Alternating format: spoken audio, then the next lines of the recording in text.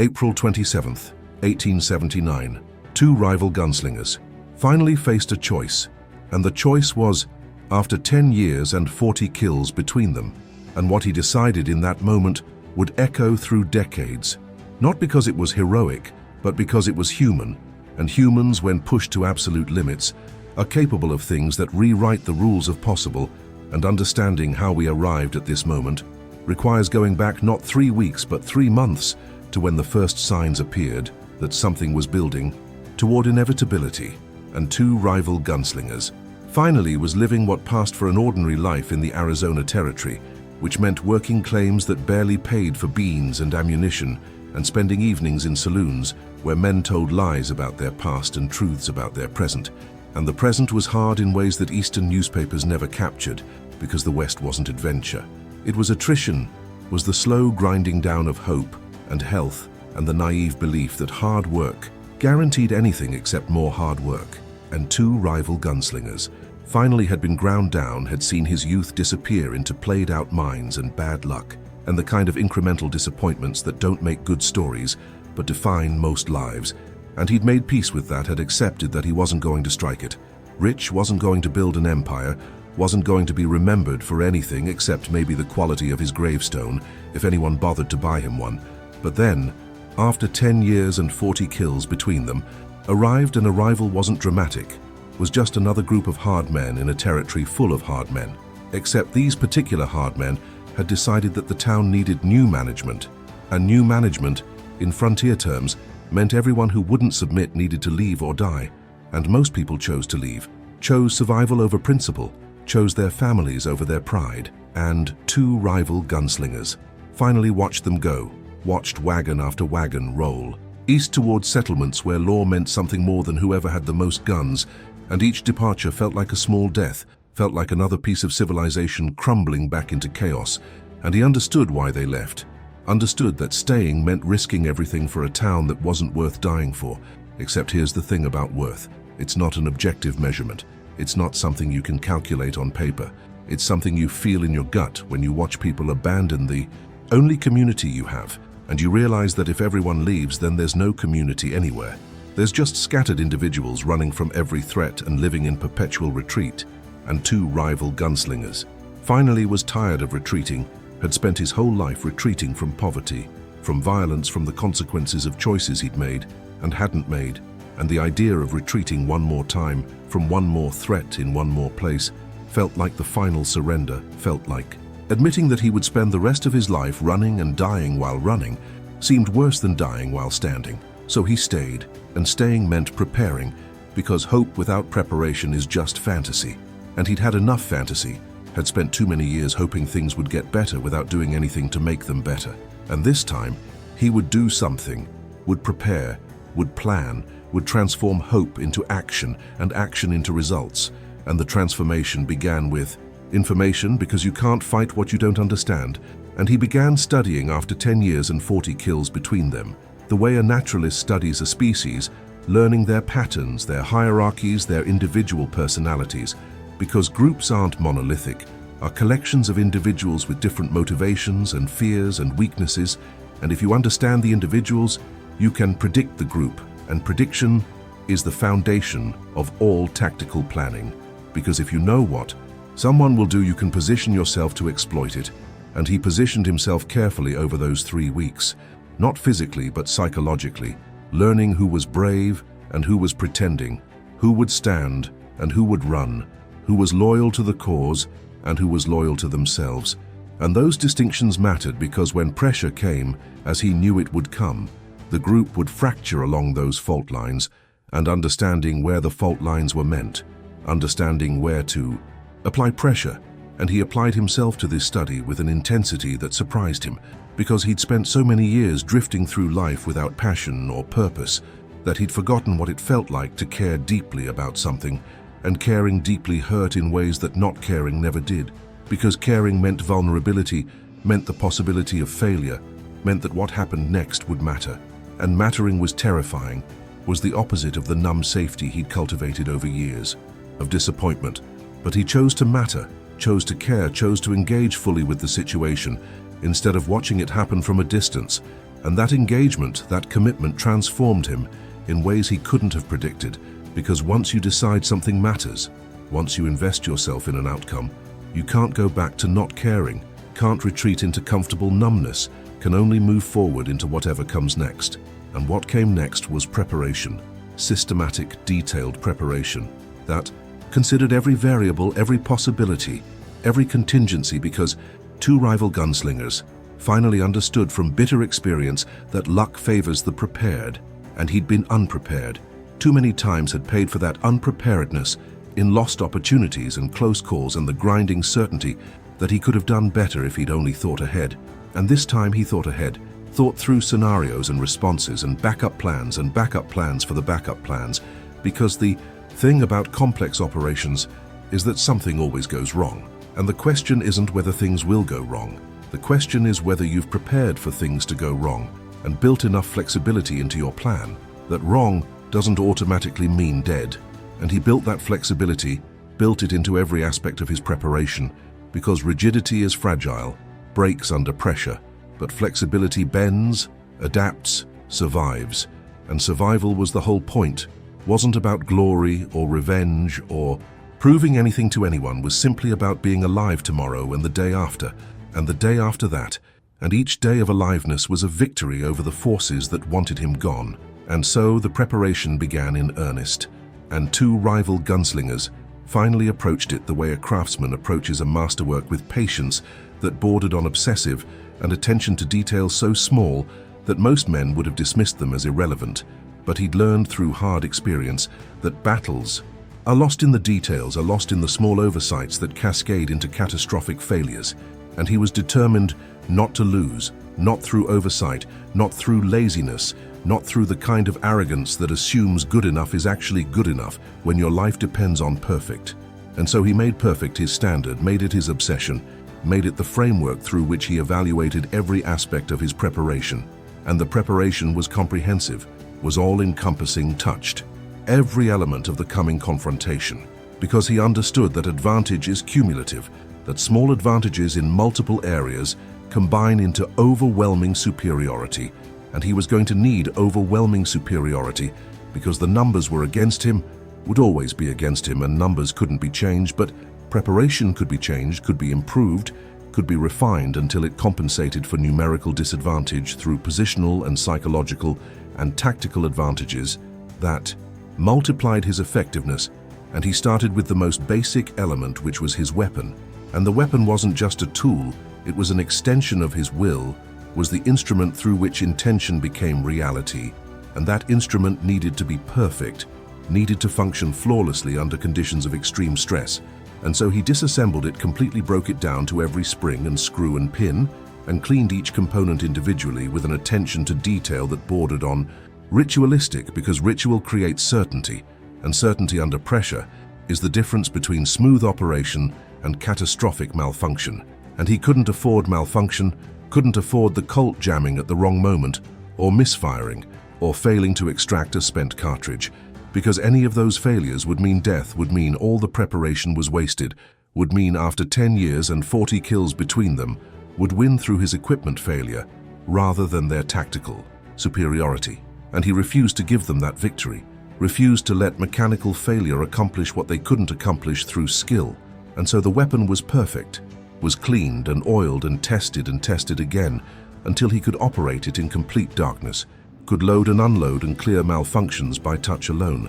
Because vision fails under stress, fails when dust fills the air, or blood runs into your eyes, or the sun is directly in your face. And if you can only operate your weapon by sight, then you can only fight under ideal conditions. And conditions are never ideal, are always compromised by terrain or weather or the chaos that comes when plans meet reality.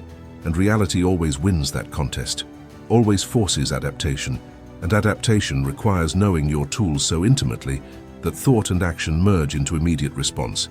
And he achieved that merger through repetition, through drawing and dry firing 10,000 times until the motion was unconscious, was programmed into muscle memory so deep that conscious thought couldn't interfere, couldn't slow down the process, couldn't introduce hesitation, and hesitation in a gunfight is death, is the pause that lets your opponent act first, is the delay that turns advantage into defeat, and he eliminated hesitation through preparation, through practice, through the kind of disciplined repetition that athletes and musicians understand, creates performance that transcends conscious effort.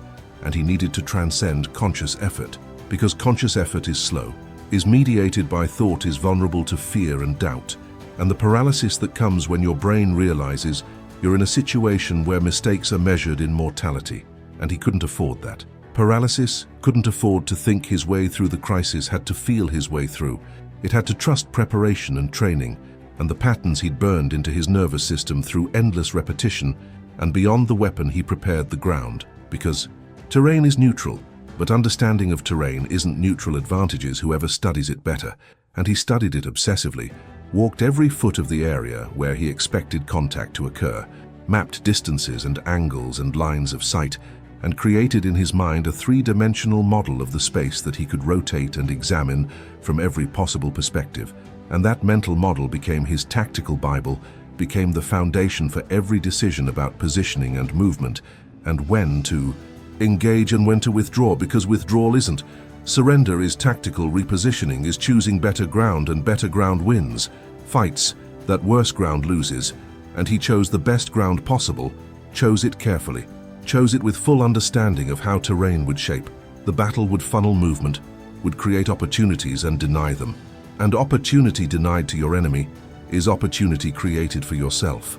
And he created opportunities through positioning, through understanding that the man who controls the high ground, or the narrow passage, or the corner with clear sightlines, controls the battle, controls the tempo, controls the psychology, because men attacking uphill, or through narrow passages, or into clear fields of fire understand viscerally that they're disadvantaged, and that understanding affects decision-making, affects aggression, affects willingness to close distance and press attacks.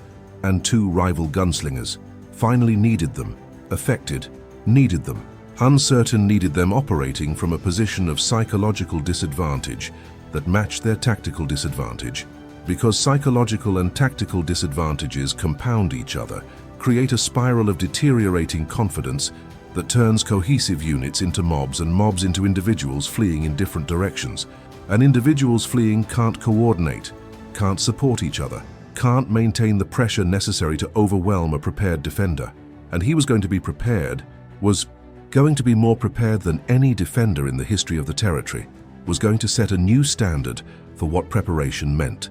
And that standard was absolute, was uncompromising, was the kind of thorough planning that professional soldiers would recognize and respect, because two rival gunslingers, finally, despite never having formal military training, understood warfare at a level that transcended training, understood it the way predators understand hunting, through instinct and observation, and the hard lessons that come from survival.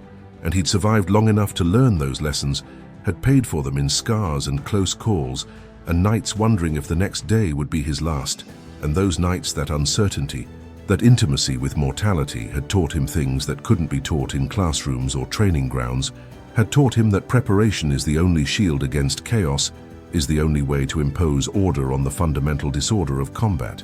And he imposed that order, imposed it through systematic, methodical, comprehensive preparation that left nothing to chance, because chance is chaos's favorite weapon, and he was fighting chaos, fighting randomness, fighting the human tendency to assume that things will work out when things rarely work out unless you make them work out through effort and planning, and the refusal to leave critical outcomes to fortune.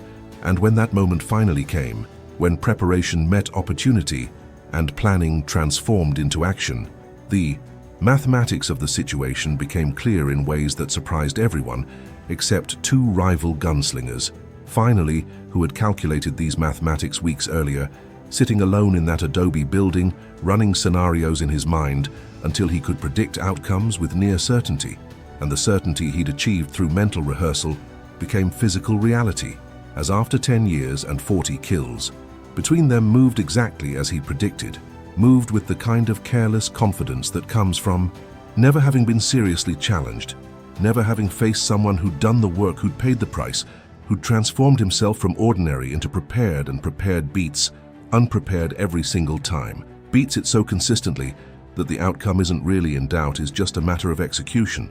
and he executed flawlessly, executed with the kind of calm that comes from knowing you've done everything possible to ensure success, and that knowledge, that certainty, eliminated the doubt that paralyzes lesser men under pressure. And he needed that certainty, needed that calm, because the chaos was coming, was inevitable, was the natural state of combat where plans collide with reality, and reality shreds plans, and the survivors are the ones who can adapt, who can think through the chaos, who can maintain mental clarity when everything around them is dissolving into noise and violence and fear. And he maintained that clarity, maintained it through disciplined thinking, through forcing himself to observe rather than react, to process information rather than respond emotionally, to make decisions based on tactical reality rather than the adrenaline dump that was trying to overwhelm his system. And his system wanted to be overwhelmed, wanted to surrender to fight or flight, wanted to stop thinking and start running, but he forced himself to think, forced himself to stay in the moment, to evaluate options, to choose actions based on calculated odds rather than instinct. And instinct in combat is useful but insufficient, is the baseline that keeps you alive second to second, but doesn't win fights, doesn't create the kind of overwhelming tactical advantage that turns numerical inferiority into functional superiority. And he needed that superiority, needed it desperately, because after 10 years and 40 kills between them, weren't incompetent, weren't unskilled, weren't the kind of opponents you could beat through simple application of technique. They were dangerous, were experienced, were the kind of men who'd survived dozens of violent encounters and survival. Like that doesn't come from luck, comes from capability, from knowing how to fight and win. And they knew how to fight, could fight effectively when conditions favored them, when they had numbers and initiative and the confidence that comes from having won before.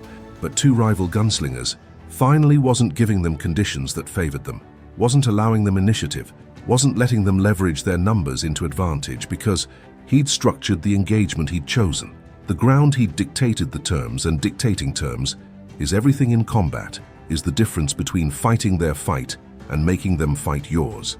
And your fight is always better than their fight.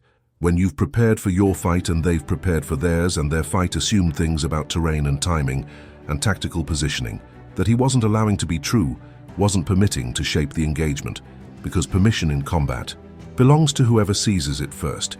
And he seized it completely, seized it in ways that left them reacting rather than acting. And reaction is always slower than action, is always disadvantaged, is always playing catch-up, and catch-up in a gunfight means absorbing hits while trying to return fire, means taking casualties while trying to organize, means watching your numerical advantage evaporate under accurate fire delivered from protected positions against exposed targets. And that's what they were exposed targets, were men caught in the open against a defender who'd prepared the ground, who'd selected firing positions that maximized cover while minimizing exposure, who'd calculated angles and distances with geometric precision and turned the battlefield into a shooting gallery where he was the shooter and they were the targets. And targets don't win gunfights. Targets just die in greater or lesser numbers, depending on how quickly they recognize their targets and break contact. But breaking contact requires leadership, requires coordination, requires someone making the decision that continuing costs more than retreating, and their leadership was disintegrating, was failing under the pressure of casualties and chaos, and the growing realization that nothing was going according to their assumptions about how this would play out. And those shattered assumptions were more dangerous than the bullets, because bullets you can dodge or absorb or return, but shattered assumptions break morale, break cohesion, break the confidence that holds units together under fire. And once that confidence breaks, once the mythology of invincibility reveals itself as mythology, the unit stops being a unit, becomes a collection of individuals focused on personal survival rather than collective victory. And personal survival in a losing fight means retreat, means abandonment, means every man for himself, and every man for himself is tactical. Dissolution is organizational. Death is the transformation from threat to mob.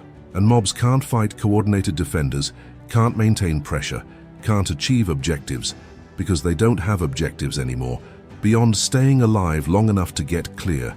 And getting clear means running, means exposing backs, means giving two rival gunslingers finally exactly what he needed, which was targets moving away from him, unable to return fire, unable to coordinate, unable to do anything except run and hope against a prepared defender. Is fantasy is wishful thinking, is the prayer of men who've already lost but haven't accepted it yet. And two rival gunslingers finally gave them time to accept it, gave them time to understand that continuing was pointless, was suicidal, was the kind of stubborn commitment to failed plans that gets everyone killed, and they accepted it. Accepted it grudgingly, but definitely accepted that fighting two rival gunslingers finally cost more than winning could ever be worth, and that calculation that brutal. Arithmetic was his real weapon. Wasn't the Colt or the prepared positions or the superior tactics, it was the cost-benefit analysis he forced them to make, the equation that said attempting this costs X and succeeding provides Y, and when X exceeds Y, you stop attempting, and they stopped not because they couldn't continue, but because continuing was irrational, was the kind of sunk cost fallacy that destroys armies, and they were smart enough or frightened enough or hurt enough to refuse that. Destruction to choose tactical retreat over pointless sacrifice, and the retreat was disorderly, was panicked, was the kind of route that professionals spend careers trying to avoid, but they weren't professionals anymore, weren't even a unit anymore, were just individuals running in different directions. And two rival gunslingers finally let them run, let them go, because pursuit was tactically unnecessary, was strategically counterproductive, was the kind of thing that feels satisfying but accomplishes nothing except exposing yourself to risk when the objective has already been achieved, and the objective had been achieved completely, had been achieved so thoroughly that after 10 years and 40 kills between them, would never threaten this town again, would never threaten anyone again, because their reputation had been destroyed, along with their cohesion. And reputation in the West was everything, was the invisible force that made men comply or resist. And without reputation, you're just another group of armed men in a territory full of armed men, and they'd lost their reputation.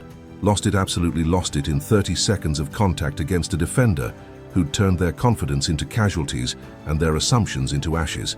And the sequence that followed has been analyzed by military historians who saw in it principles that would later inform tactical doctrine, because what two rival gunslingers finally demonstrated was that force multiplication comes from preparation and positioning, and psychological advantage not from numbers, and he had all three advantages and used them systematically, working through after 10 years and 40 kills. Between them, not with overwhelming violence, but with calculated applications of pressure at exactly the right moments in exactly the right ways, and each application of pressure created a decision point, and each decision point revealed character, and character under pressure is destiny, and their character under pressure was to panic, to blame each other, to look for escape routes instead of solutions, and each panic, each blame, each escape attempt made them weaker, made them more vulnerable, made them easier to predict. And prediction is everything in combat, because if you know what your opponent will do, you've already won. You just have to execute. And execution was clean, was professional, was almost mathematical in its precision, because two rival gunslingers finally had reduced combat to an equation and was solving that equation, one variable at a time. And the variables were falling in exactly the order he'd predicted, which isn't to say it was easy, because nothing about violence is easy, even when you've prepared perfectly, because the stakes are absolute, and absolute stakes create stress that no amount of training fully eliminates. But he'd trained for the stress, had practiced under simulated stress, had learned to function when his heart was trying to beat out of his chest, and his hands were trying to shake, and his brain was screaming at him to run. And functioning under that kind of physiological assault is what separated professionals from amateurs. And he was a professional not by training, but by temperament, and by the kind of focused preparation that transforms temperament into capability. And that capability was on full display, and after 10 years and 40 kills between them, had no answer for it, no counter for it, no response, except to absorb the consequences of their own poor planning and worse execution.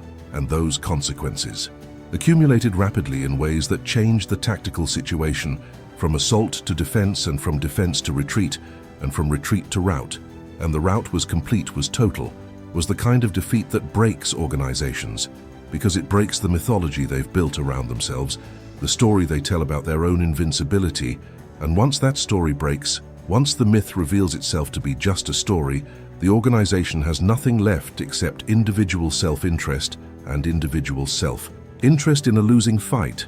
Means abandonment, means every man for himself, means the complete dissolution of whatever unit cohesion might have existed, and two rival gunslingers finally watched it happen, watched them transform from a threat into a mob, into individuals running in different directions, and he let them run, let them go, not out of mercy, but out of calculation, because hunting down scattered survivors would expose him to risk for minimal gain, and his objective had never been to kill. Everyone, his objective had been to break them, to destroy their will, to make the price of continuing so high that continuing became impossible, and he'd accomplished that objective completely and absolutely, and the aftermath came quickly as word spread and people who'd been hiding emerged and wanted explanations, wanted to understand how one man had done what entire groups had failed to do, and two rival gunslingers finally had no good answer for them, because the real answer wasn't something you could teach. It was something you either understood or didn't understand about preparation and will, and refusing to accept the idea that numbers determine outcomes. And most people didn't understand, that wouldn't understand it even after watching it happen, because it contradicted their fundamental assumptions about how conflict works. And changing fundamental assumptions requires either extraordinary evidence or personal experience. And they had the evidence, but lacked the experience. And evidence without experience is just a story, and stories can be dismissed as exaggeration or luck or special circumstance. And he let them think whatever they needed to think, because their understanding or lack of understanding didn't matter. What mattered was that he'd survived, had accomplished his objective, had proven to himself that preparation and will were sufficient even against overwhelming numerical odds, and that proof, that validation of his approach, gave him something more valuable than reputation, or money, or public acknowledgement. It gave him confidence, not the false confidence of arrogance, but the earned confidence of someone who has tested himself at the absolute limit and not been found wanting.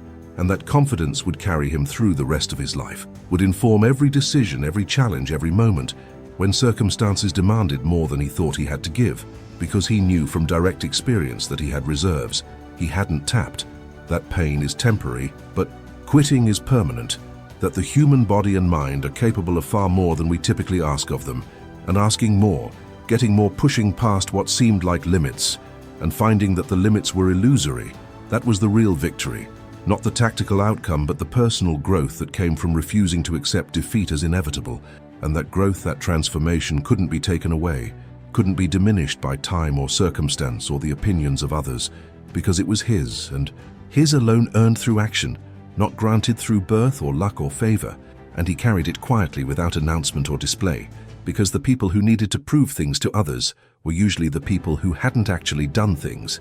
And he'd done things, had proven things to himself, and that was sufficient.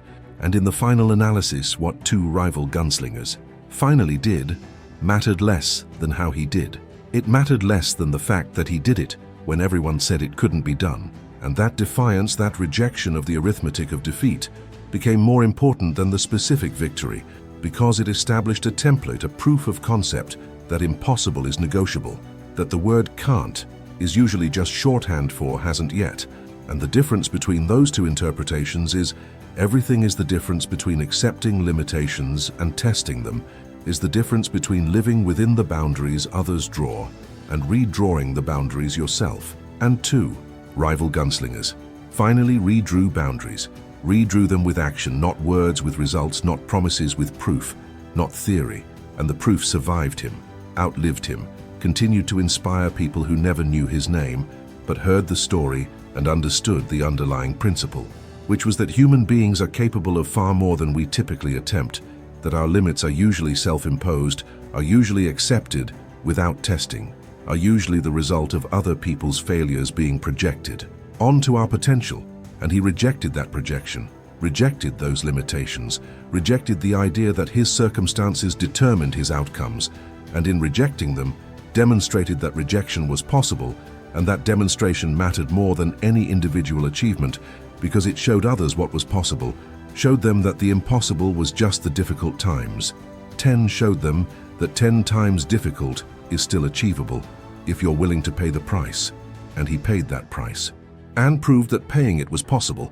And that proof rippled outward, touched people he never met, influenced decisions he never knew about, contributed to outcomes he never witnessed, because that's how proof works. It doesn't stay contained, doesn't limit itself to the immediate situation. It propagates forward through time and space and minds until the impossible thing becomes the thing that everyone knows can be done because someone did it once. And if someone did it once, it can be done again and again until the impossible becomes routine, and routine becomes expectation, and expectation becomes the new baseline for what humans are capable of. And two rival gunslingers finally moved that baseline, moved it permanently, moved it for everyone who came after. And that movement, that expansion of human potential was his real legacy, not the specific tactical victory, but the general principle that victory was possible when preparation met will, and that principle outlived him by generations, and will outlive his story by centuries, because principles are immortal in ways that people aren't.